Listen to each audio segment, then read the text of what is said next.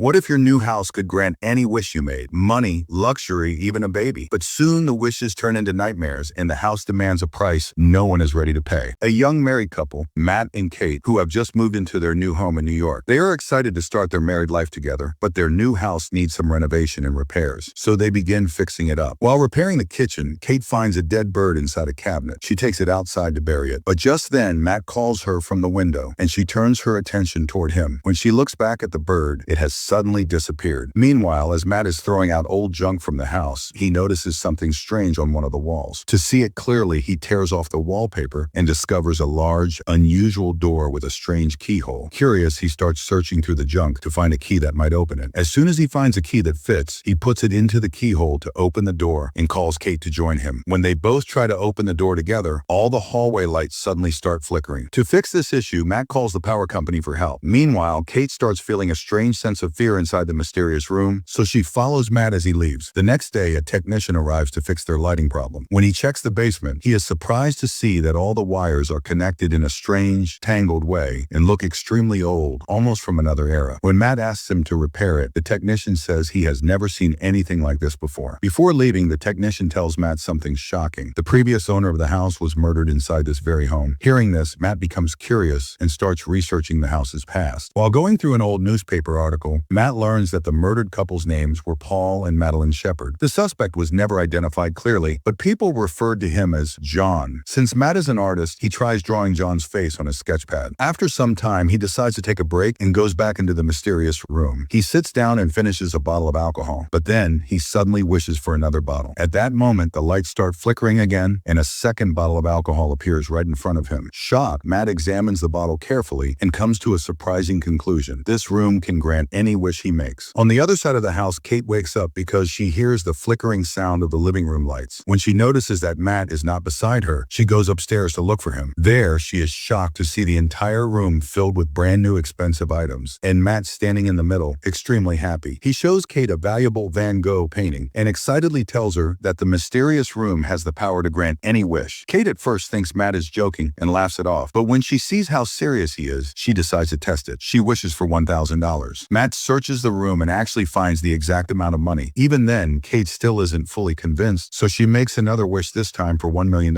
And just like before, the money appears instantly. Within moments, they become millionaires overnight. Seeing this, Kate becomes scared and rushes out of the room. Matt follows her and tries to calm her down. He tells her that they could use this power to live an amazing, luxurious life. Eventually, both of them spend the entire day making different wishes inside the room. With every wish, piles of money, expensive clothes, jewelry, champagne, and all kinds of precious items appear. Matt and Kate become extremely happy as they now have everything they ever dreamed of. At night, Kate asks Matt how the mysterious room can grant all their wishes so easily, but Matt tells her not to worry about it and just enjoy what they have. For the next few days, their life becomes full of luxury and comfort. Every time they made a wish, the lights flickered, and everything they desired instantly appeared in the mysterious room in the basement. They both celebrated their sudden wealth, partying, dancing, and enjoying their new rich lifestyle. But this glamorous life didn't keep them happy for long. Slowly, Kate began to feel an emptiness inside her, something that money and expensive things couldn't fill. Matt noticed her sadness and decided to surprise her. He gifted her a small baby crib, hinting that they should try for a baby. Instead of feeling happy, Kate became upset. She walked out of the house with tears in her eyes. She couldn't handle the reminder because she had already suffered 2 miscarriages in the past. After some time, Kate returns home. She quietly goes into the wishing room and makes a wish for a baby. When Matt finds out, he becomes angry and tells her she shouldn't have made such an important wish without talking to him first. This leads to a big argument between them. Kate explains that she chose this shortcut because she didn't want to suffer another miscarriage or go through the pain of labor. She says they will be very happy with the baby, but Matt doesn't agree. He insists that she take the baby to the room and wish for it to disappear. They both go into the room, but Kate cannot bring herself to do it. Crying, she hands the baby to Matt, but when Matt holds the child, he becomes emotional too. He also can't make the wish to make the baby disappear. Instead, he gently gives the baby back to Kate. In the end, both of them decide to keep the baby, and just like that, they become parents. The scene shifts. Matt's eyes fall on his unfinished drawing, the sketch of John, the murder suspect. Seeing it reminds him of his research, so he starts digging deeper again. Soon, he discovers something shocking. The suspect, John, is still alive and currently kept in a psychiatric hospital. According to another old newspaper article, John had claimed that he did not commit the murder on his own. The room made him do it. Hearing this, Matt immediately decides decides to visit John to learn more about the mysterious room. When he reaches the hospital, a nurse informs him that no one except reporters has visited John in the last 45 years. So Matt introduces himself as a reporter. Finally, Matt comes face to face with the now old and frail John. Matt begins asking him about the house, and especially the mysterious room. With a dark, eerie smile, John says he has been waiting for this moment for many years. When Matt asks him why he killed the shepherd couple, John replies that he had no other choice. Then, changing his tone, he warns Matt to leave the house as soon as possible. John tells him the only thing more dangerous than unfulfilled desires is a person whose every desire comes true. After this, Matt stops at a gas station on his way home. But when he takes out his wallet to pay, he sees something terrifying. All the money in his wallet turns into dust. Shocked, he rushes back home. To confirm what's happening, he throws all the money they got from the wishing room outside the door. He also places the expensive Van Gogh painting outside. The moment these items cross the boundary of the house, they crumble into dust. Seeing this, Matt finally understands the truth. Anything created by the wishing room cannot be taken outside the house. If it leaves the house, it turns into dust. Angry and frustrated, Matt breaks open part of the wall near the mysterious room, hoping to discover what's behind it. But all he sees is a mass of tangled wires. Tracking these wires seems impossible for him. Then he tears off more wallpaper and discovers a map of the entire house drawn on the wall. The map shows the connection of all the wires running through the house. Meanwhile, Kate, holding the baby in her arms, tries to step outside the house. But Matt quickly stops her and says it's not safe to take the baby outside. He can't bring himself to tell her the real reason. A few days later, the baby begins crying loudly in pain, and Kate is unable to calm him. Matt takes the baby in his arms to help. He steps outside for just a few seconds to soothe him, but something shocking happens. The baby suddenly starts aging rapidly. When they rush back inside the house, they see that the baby has already grown into a small child. That night, Matt finally tells Kate the truth. The wishing room can grant any desire, but anything it creates cannot leave the house. If it does, it will instantly age and turn to dust. Hearing this, Kate is heartbroken. She says their child is not an object they can keep trapped inside. She feels deeply attached to him, considers him her real son, and names him Shane. Over the next few days, Kate teaches Shane at home and explains to him that he cannot go outside because dangerous germs could hurt him. One day, while Kate is teaching him, Shane insists on going outside. He complains that he has never stepped out of the house and is tired of seeing only the walls around him. But for his safety, Kate refuses. Every time she left or entered the house, she made sure to lock the front door so Shane wouldn't accidentally go outside. One day, a package Matt had ordered arrives, and Kate brings it to him, but she accidentally forgets to lock the front door. Inside the parcel, Matt finds a brand new gun, which he hides safely. Meanwhile, Kate gets busy playing the piano. Taking advantage of the moment, Shane quietly walks toward the front door. Excited to finally feel the outside world, he stretches his hand out of the door to feel the fresh air. Just then, Kate notices him. She runs to him and pulls him into a tight hug, relieved that he is safe. Later, Matt and Kate board up all the windows with wooden planks to ensure Shane cannot sneak out again. That night, Kate wakes to find Shane standing beside her bed. He softly asks if he can sleep next to her. Then he says he wants to stay with her forever. Hearing this, Kate lovingly hugs him, but her affection isn't enough. Shane still feels uneasy and slowly drifts towards sleep. Over the next few days, Matt spends a lot of time practicing shooting with his gun. One day, after finishing his practice, he comes home and finds Shane playing while inside the art studio, making a snow globe. Matt coldly tells him to get out of the room. Hearing his harsh tone, Shane gets scared and accidentally drops the snow globe, shattering it on the floor. Fully accepts Shane as his son, which is why he often spoke to him without any warmth. Hearing the crash of the broken globe, Kate rushes into the room. She gets angry at Matt for not behaving like a proper father and starts arguing with him. That night, while wandering around the house, Shane finds a map hidden somewhere. Following the map, he reaches the basement, where he discovers the tangled wires and the mysterious power source among them. Moving past all of it, he finally finds his way to the wishing room. Throughout the night, the lights in the entire house keep flickering, but Matt and Kate are asleep and don't notice anything. The next morning, when Matt wakes up, he finds a new snow globe lying beside him, while the broken one is placed a little distance away. The moment he sees the lights flickering again, he realizes exactly what has happened. He quickly wakes Kate, and both of them run toward the mysterious room. When they enter, they are stunned. Shane has used the room to create a huge outdoor world inside it, a place with no ceiling or walls, just an open sky and a massive forest. Inside this artificial world, Shane is happily building a snowman. Kate becomes emotional and overjoyed seeing the beautiful world her son has created, and she starts playing with him. But Matt gets furious. He forcefully grabs Shane's hand and drags him back into the house. This incident leads to a big argument between Matt and Kate. Matt insists that letting Shane play in the room is dangerous, but Kate disagrees. Their argument continues when suddenly the phone rings. Even though he isn't allowed to answer it, Shane picks up the phone, but Matt quickly snatches it from from him and starts talking himself. On the other end of the phone, Matt is shocked to hear John's voice. After speaking with Shane, John has already figured out that they wish for a child. Meanwhile, in the kitchen, Kate secretly picks up the second phone and listens to their entire conversation. John tells Matt that if he wants Shane to live freely in the outside world, he must sacrifice Kate's life. According to him, once Kate dies, Shane will become completely free and will be able to live like a normal human being. His age will also start growing naturally. John then reveals a dark secret. He himself was a child created by the wishing room. His mother had killed herself so that he could be free and grow up like a normal person. Later, she told John to kill her so he could escape the room's curse. John coldly tells Matt that he now has two choices: kill Kate and save Shane, or kill Shane and save Kate. Hearing all this breaks Kate's heart. Feeling devastated, she leaves the house. Matt becomes worried and searches for her. Meanwhile, Kate tries to crash her car to end her life, but at the last moment, she can't bring herself to do it. Back at home, Matt's behavior towards Shane turns wild and unstable. He begins throwing away all of Shane's belongings and even destroys his entire studio out of anger and confusion. A little while later, Matt prepares dinner for Shane, who is already sitting at the dining table. Shane keeps asking too many questions, and Matt finally loses control. In anger, he tells Shane the truth that Shane is not their real son and that he never had any parents. Not only that, Matt even pushes Shane out through that front door. Terrified, Shane runs back upstairs to his room. A few minutes later, Matt realizes his mistake. Feeling guilty, he goes to Shane's room and apologizes. Shane then asks him to read a story, and Matt stays there the entire night, sleeping beside him. When Kate returns home and sees both of them sleeping together peacefully, she feels relieved and happy. That night, while Matt and Kate are busy being intimate, Shane secretly watches them. He waits for them to fall asleep, and once they do, he quietly steals the front door key. The next morning, Matt and Kate notice the front door open and immediately understand that Shane must have gone outside. But when they find Shane in a different part of the house, they are completely shocked because Shane has now grown into a full-grown young man. But even though Shane now looked like an adult, his mind was still like a child's. Scared and confused, he points a gun at his parents. Kate tries to calm him down, speaking gently, but before she can reach him, Matt jumps on Shane and the two start fighting violently. During the struggle, Kate falls hard on the floor and loses consciousness. A little while later, Matt wakes Kate and tells her that Shane was shot by accident during the fight and that he is dead. Shocked and heartbroken, Kate runs out of the house crying. Matt brings her back inside and tries to comfort her, but she remains silent and devastated. Meanwhile, in a different room, the one where the fight actually took place, the real Matt regains consciousness. Confused and injured, he stumbles through the house searching for his wife. Suddenly, the lights begin to flicker again. Terrified, he realizes exactly what this means. Kate is with Shane, who is now disguised as Matt. Kate, still unaware, sits beside the man she believes is her husband. She has no idea that this is Shane in Matt's body, but soon, when he starts eating ice cubes just like Shane always did, Kate realizes the truth. The man beside her is not Matt, it's Shane. Meanwhile, the real Matt gathers every bit of his strength and begins breaking through the walls of the hidden room. Fighting through all the strange tunnels and barriers created by the room, he finally reaches the doorway. When he steps inside, he finds the room transformed into a dense forest filled with tall, shadowy trees stretching endlessly in every direction. When Matt steps inside the transformed room, he finally realizes what Shane has done. Shane had expanded the room drastically, turning it into a massive world of his own. And deep inside that world, he had even created a duplicate version of their house, an exact copy, down to the smallest detail. As Matt races through the forest, one horrifying truth becomes clear to him. Shane took Matt's form so he could kidnap Kate, trap her inside the duplicate house, and be alone with her. The thought fills Matt with panic and rage, and he runs even faster. Breathing hard, branches scratching against him, he finally reaches the duplicate house. Inside, he sees a terrifying sight: Shane, still in Matt's form, trying to force himself on Kate. The moment Shane notices the real Matt entering, he immediately prepares to fight. Kate, taking the opportunity, tries to escape, but as she turns into the hallway, she freezes in shock. Two Matts, both identical, both fighting. She can't tell who the real one is. Suddenly, one Matt grabs her hand. Startled and terrified, she pushes him away with all her strength, freeing herself. She shouts Shane's name in panic, hoping to expose the imposter. Hearing his real name, Shane instinctively looks toward her. The distraction is enough. He slips, falls backward, and hits the floor hard. The moment he lands unconscious, his disguise melts away, and his true form is revealed right in front of them. Matt and Kate desperately try to escape the room, but every door, every window, every path leads back into the same house. No matter what they try, they can't break free. That's when Matt realizes the terrifying truth. Shane had wished that they would be trapped inside this exact version of their home. After countless failed attempts, Matt stops, exhausted and terrified, trying to think of some way out. Suddenly, without warning, Shane appears again, his eyes cold, furious, and betrayed. Before Matt can react, Shane drives a knife straight into him. Matt collapses. Shane turns to Kate, trying to talk to her, to convince her to stay with him. But then something strange happens. Shane suddenly realizes the horrifying truth. The Matt and Kate he killed were just clones created by the room. The real Matt and Kate had already escaped the fake house and were sprinting through the forest outside. Enraged, Shane runs after them. Matt and Kate dodge through the trees, tricking him, confusing him, making him even angrier. By the time they reach the